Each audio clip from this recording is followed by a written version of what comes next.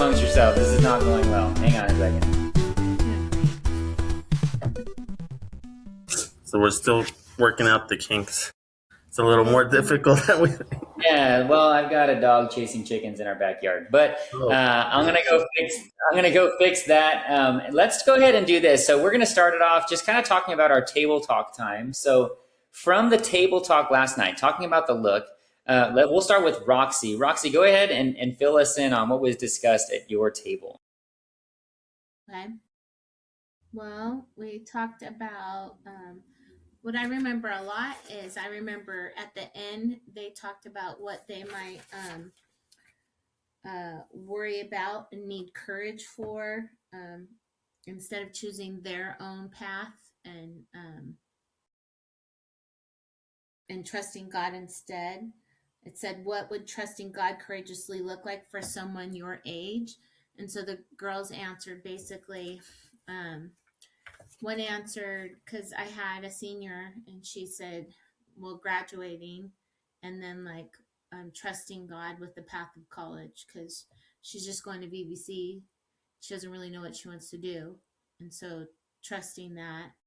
And then another girl was going to 8th grade and she was worried about going to 8th grade, I guess, but also then transitioning to high school and releasing the control and trusting God in that. And so I remember talking about that. That was more their, like, how they would have to trust God in real time.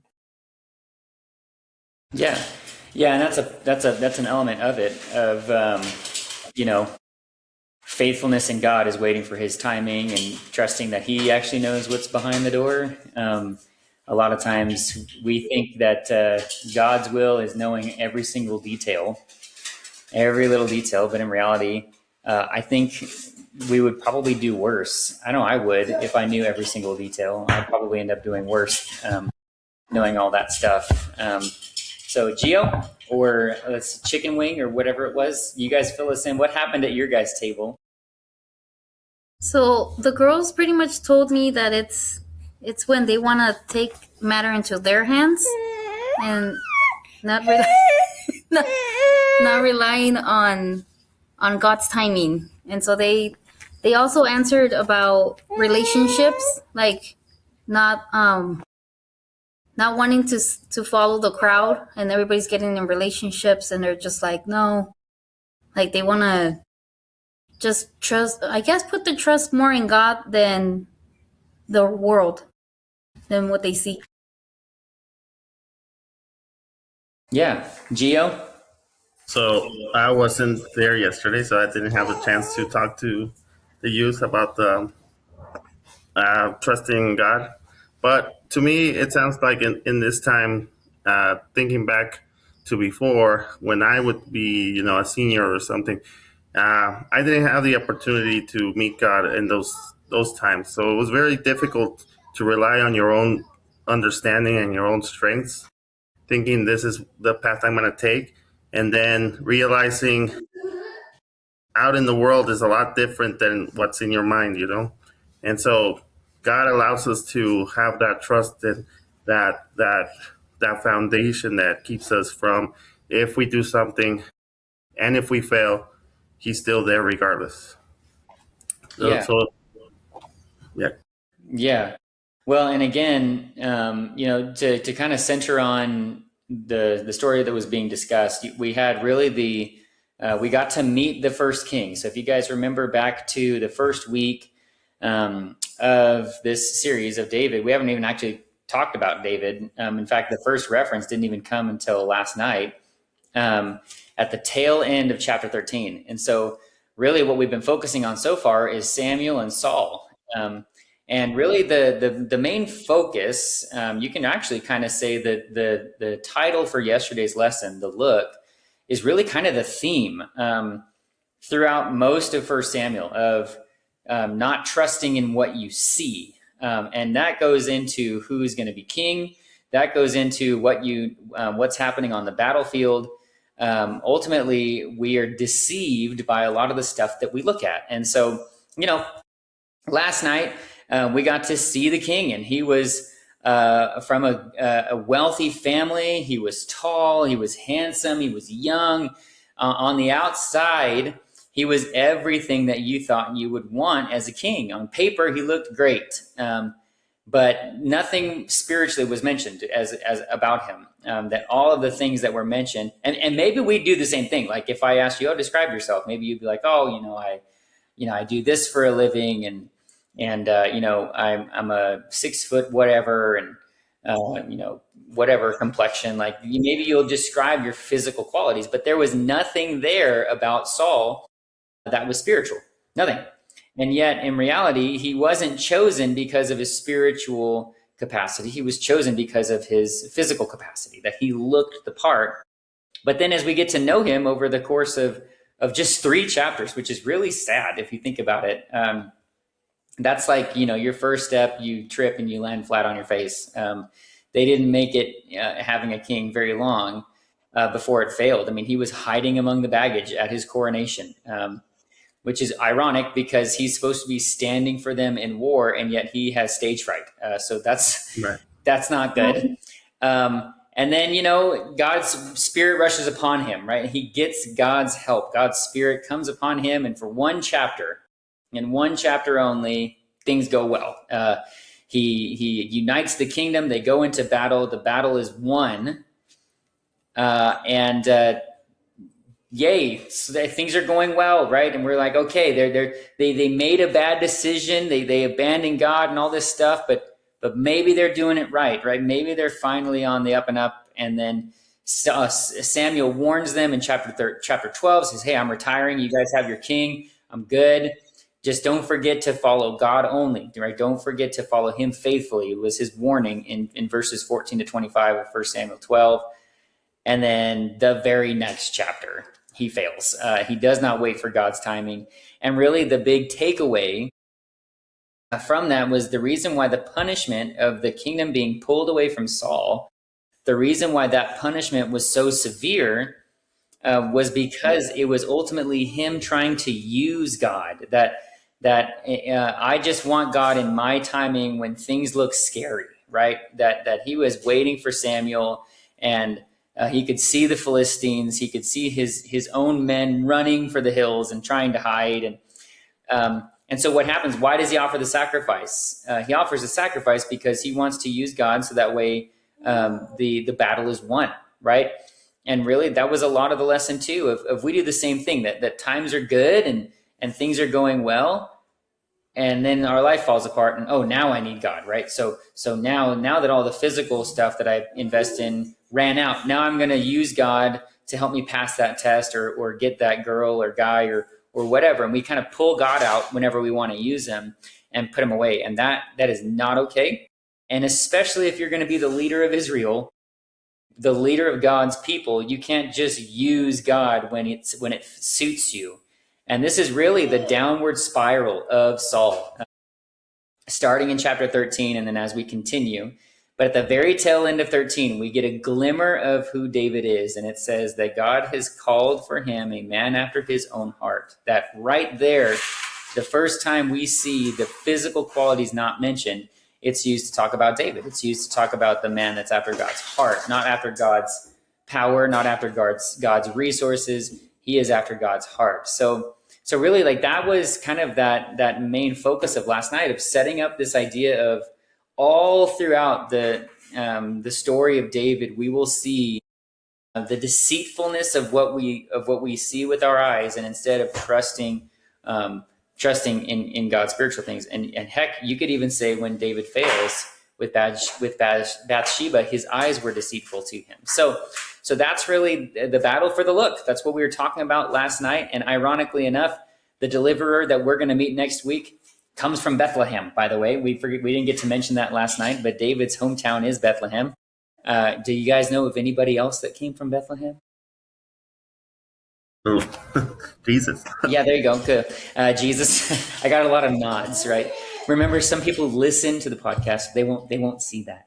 Right. It's okay. We have some up and coming podcasters here. Yeah. We're learning. We're getting there. The Warden, Storm, and Chicken Wing, and the Cookie Mobster. But let's get to some of our questions from Table Talk. And I want to hear your answers for this, but I also want to hear maybe what your table might have said for this. And Chicken Wing, you can hop in whenever you can. But how does fear and pressure push people to make bad decisions today instead of just trusting in God and His timing? Like, what does that look like? Fear and pressure. Well, that causes a lot of anxiety in people, and some people don't know how to manage that. We think about the future, about what the worst outcome that can happen, right? So when things start feeling like they're getting closer and closer, we start panicking and moving away, and not calming down, and realizing that God has it handled. So it's easier to panic because that's more like a reflex in a way, like a survival reflex, instead of just calming down and knowing that the greatest power in the universe has it, greatest being, and that's God. Yeah, absolutely. Roxy? Yeah, the girls talked about peer pressure of being in like relationships. They hear it all around them constantly. How they think they should be in a relationship and that it matters, and so that's they don't have a fear really. They just notice that that's the pressure around them, and they're kind of like not about it, but that's kind of in their life what they think. Yeah. And again, that sense of fear and pressure, it's really like fear of perception. Really, is that fear is how, I mean, when you're talking about that, well, how am I going to look to other people, and that'll push me to do things or buy things that I can't afford, that I shouldn't be doing, or whatever it may be. And really that fear of expectation, right? And maybe that was a little bit of with Saul as well, as well, I'm expected to win on the battlefield, and how can I do that if I don't do this? And so if I'm expected to win and be a good king, then let me take matters into my own hands. And so fear and pressure from the outside world moves people to make bad decisions all the time, every single day. People's perception of what we're supposed to be, the perception that we lay on ourselves as well, things that we think we're supposed to be. And so we will do things or say things that might not be true, might not be good, but it's ultimately because it's what we think we're supposed to be. So, even though it's an ancient story with Saul, there's so much of that truth that's in there. That's really pushing him to not trust God. But we like to do this. Well, I didn't really reject God. These things aren't bad things, right? It's not a bad thing to sacrifice to God. Sure, Samuel wasn't the one that did it, but at least he did that, right? Like, at least I went to church, or I know I didn't give very much, but at least I did this, right? Yet really the issue wasn't what he did. The issue was how he did it, right? And so we had that question about trying to use God to get the result he wanted. So for you guys at your table, I think that's still a serious problem today. Otherwise the question would have been asked. But what does using God look like in teen life today? And I gave an example of my own understanding of being a teenager, of you really want that girl or guy to go to prom with you, and so you fold your hands and you say, God, I know I never go to church and I never pray and I never give and all that, but can you just make her say yes, right? So for you guys at your table, or maybe from your own life, what does using God look like today, especially with teens?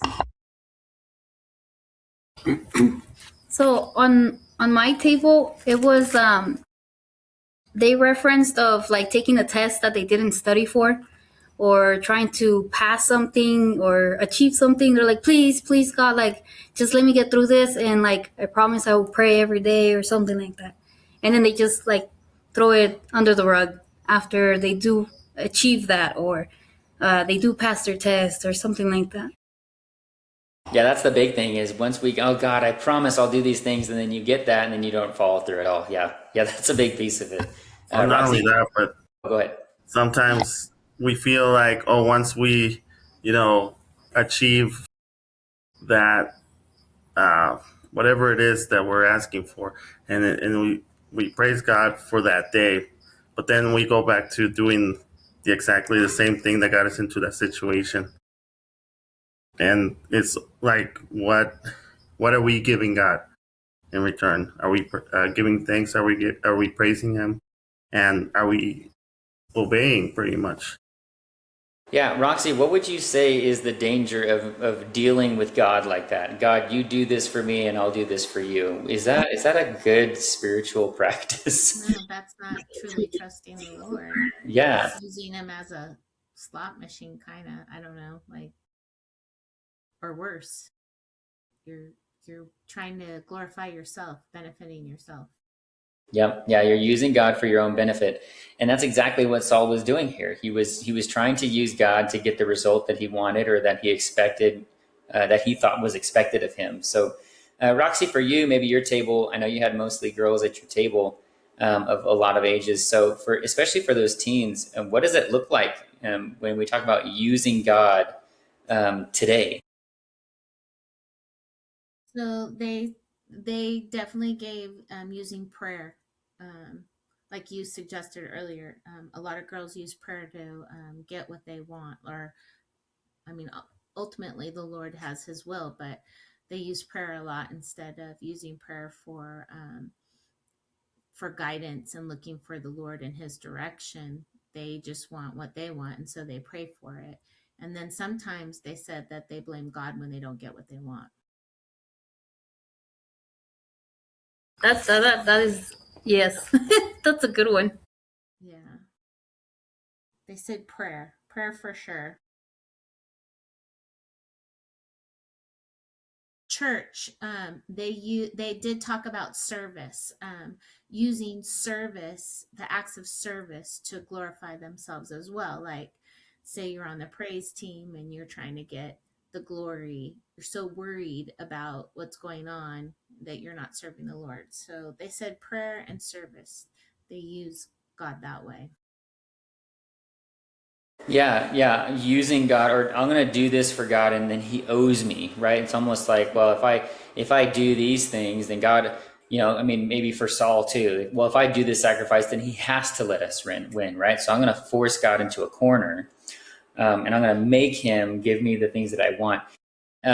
Just out of curiosity, Chicken Wing, I've got a really difficult question for you. Are you ready for this? It's gonna be the hardest question you've had all day. What does that make our spiritual life about, God or us? Using God? When we Like, use God, and we try and force Him into a corner so that way He gives us what we think we need. He owes us, right? Is that making our spiritual life about God or making it about us? well, that's making it about us. Yeah, that's 100% From making the it start. about us. Yeah. That if it's not the Holy Bible, it's the Timmy's Bible, right? Like this is actually how God's gonna bless me and serve me, and it's gonna be about me.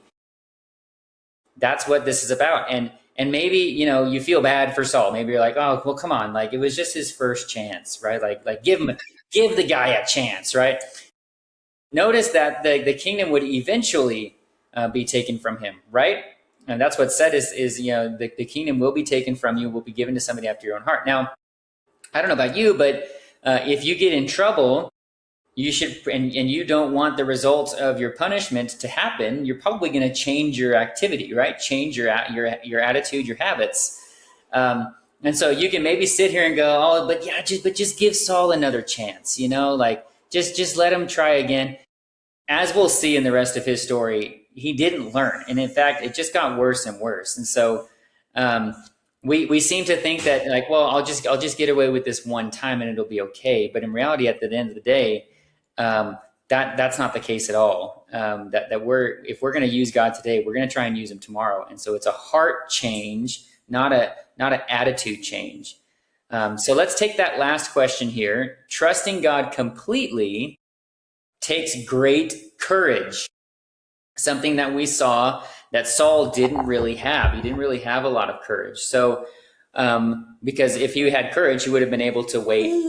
Sorry, I've got Liam here. He's going to join us on the podcast. But trusting God completely does take courage. So even with Samuel's warning, they still tried to choose their own way and own timing instead of waiting on the Lord.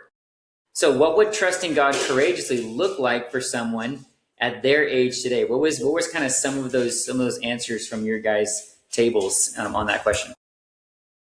Like I said in the beginning, what I learned at the tables in the beginning is the girls a lot were trusting their path, if it's college or not, or even their next step in school, like transitioning from a grade to a 8th grade, the big pool grade, and what that the courage to trust God in it and move forward in it with not knowing what's going to happen.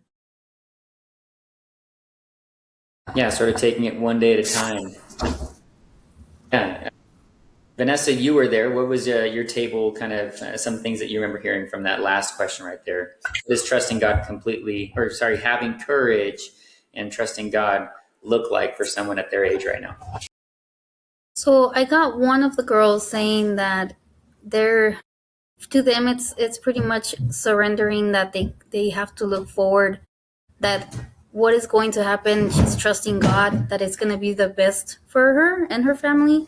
So it's just, she says, daily devotion and daily prayer, and just not focusing on like, what if I do this? Will I be able to change the outcome of what's going on? And so she said they're taking it in a way where, but like, not using God for them would be giving him some time every day. And I pretty much told him that it's pretty much having a relationship with him, like not just when we need him. That's when we should talk to him. Like we should want to speak to our Father, because that's what he wants in like for everybody, and he's for everyone, not just for the people that are only serving, or like he's for everybody. And so that's what courage like in their age. Well, when we talk about things that give us courage, it's the things that we have confidence in, right? And we have confidence in the things that we know really well, right? Like I can trust and have confidence in certain things. Why? Because I've spent a lot of time with them. I know its capabilities. I know what it's going to be able to do. And so I can put a lot of trust in those things that I spend a lot of time with. And yet we say we want to have courage and we want to trust in God, but then we don't spend enough time with him. And it's no wonder that we have a hard time trusting him, because we don't really even know who he is. And when we talk about having a relationship with God, it's centered around having time with him. That if you think about people that you know really well, whether it's your spouse or your kids, why do you know them really well? Why do you have an idea of how they're going to act given a certain situation? How do you know those things? It's because you have spent so much time with them that you don't just know about them, you know them. And so really the ultimate way that you can grow in trusting God is actually building a true daily relationship with him, to where you understand how he would respond to certain situations and what he would say to your situation. And you would understand how much more powerful and how much better he is for you than the rest of the things of this world. That as you dive into his word more and you saturate yourself in his word and you spend time with him and you worship him and you walk with him daily, then when those other opportunities come before you, instead of responding the way that Saul did with the Philistines in chapter 13, you'll be more likely to respond the way David does with Goliath in chapter 22. That there is a difference when we know God and we've spent time with God, that we can look at the big enemy that's impossible to defeat and we're able to say, you defied the God of Israel. Today, you will be defeated. And there's a huge difference, and it has nothing to do with physical appearance. That no matter what you buy, how much you tithe, how much you go to church, how much religious stuff you do, it's not like you're going to buy favor from God. That ultimately, the best thing we can do is to be as close to him as possible. And that doesn't start, I think you guys might experience this with your group, but it's always later, right? Oh, I'm going to do that stuff later. I'm going to do missions, but when I'm grown up, or I want to tithe, but when I'm an adult and I have a real salary, right? All I have is an allowance right now, and it's always later, right? And so for a teenager, trusting God courageously looks like spending time with him. That if you want to be able to trust God, start by actually learning about him so you can understand why he's trustworthy, right? I can tell you the faithfulness of my wife and my kids and the level at which it grows and is sustainable because I've spent so much time with them. So do you guys have any responses to that or any closing remarks on that? Well, I think it takes courage to also recognize the outcome, no matter what it is. Courage to live through the outcome that might not be your outcome of trusting God completely and surrendering. So when you surrender and you give it to the Lord's will, he works everything for good, but it's not always the picture we look like. So also just surrendering to that and accepting that and knowing and trusting the Lord loves me, he knows me, and I'm just going to keep following him. I'm just gonna call you guys Storm Chicken because you guys are in the same window. Storm Chicken, you guys have anything on that? Yeah, just love God, be there, be in his presence, because he wants us to be with him every single day, and don't make it about yourself. Just put the trust in God because he is always faithful. We need a shirt that says that. Don't make it about yourself. It's not about you. The look, don't make it about Now look, don't make Not it about about yourself, you. pretty much. Yeah, that summarizes it. It's not about you.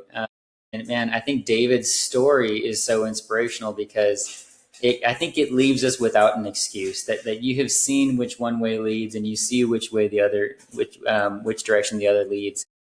It should be a no-brainer, and yet for some reason there has to be a root of why we struggle with this so much. Of why is it that public perception, the opinion of people at our school, has so much more power over us than God's opinion of us, right? Like if you think that's crazy. If you really think about that a fellow seventh grader or a fellow freshman in high school has more hold over me than the God that created the universe and that loves me and died for me. Like that's just wild when you think about that. That's choosing pennies over millions of dollars.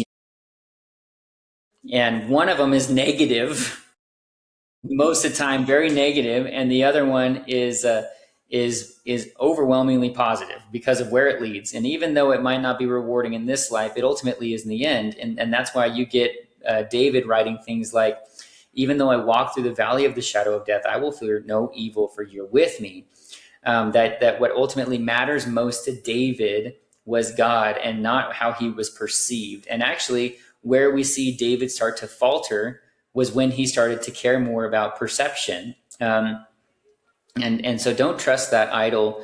Don't put your faith there, but instead care about God's opinion of you. Where do you get that from? You get that from Scripture and spending time with him. You get that from having other fellow believers speak into your life. There's this great concept in Scripture called speaking life, right? That I can be reminded by. Caitlin does this thing where she'll have the girls sit in front of a whiteboard and then all the other girls write stuff about them. And then they get to back away and look at what people think about them. Like, make sure you're investing in the right opinions, the right perception. You're saturating your life in a relationship with God, not just to know about him, but to truly know him.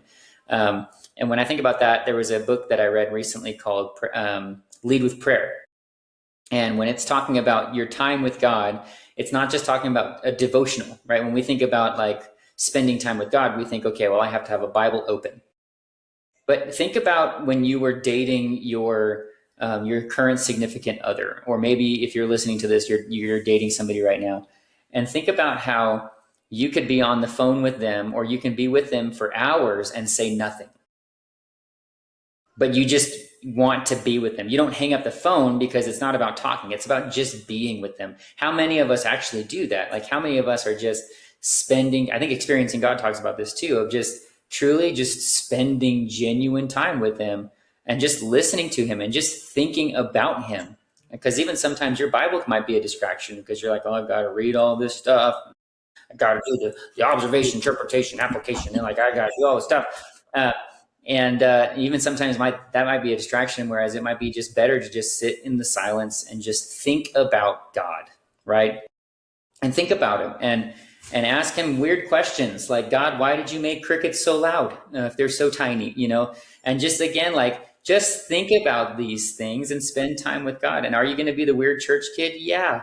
But look how it turned out for Israel when they decided to not be the weird church nation anymore and they wanted to be the king nation.